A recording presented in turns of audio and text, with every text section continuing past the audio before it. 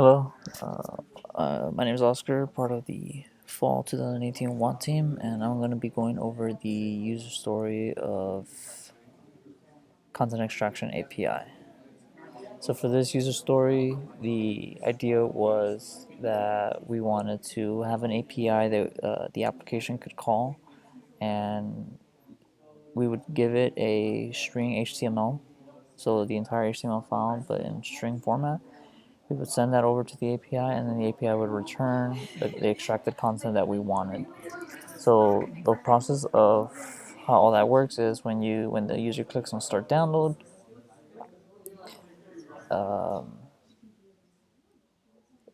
the main.js will catch the on download trigger, and it'll activate the WAT file. The WAT.py file will download the output.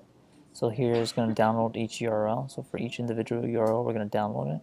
So download URL comes from download.py, and which is this function right here, download URL.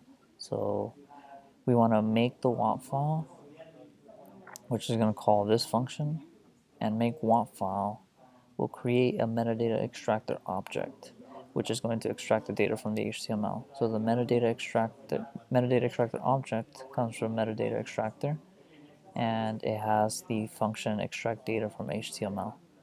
So this is going to call the content extractor adapter, and the content extractor adapter is going to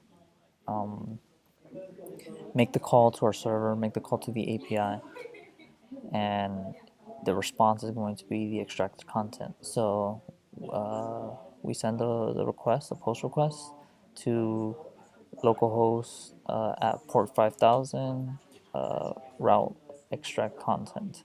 So if we come to the controller is essentially the API, and so this is the route that we called extract content.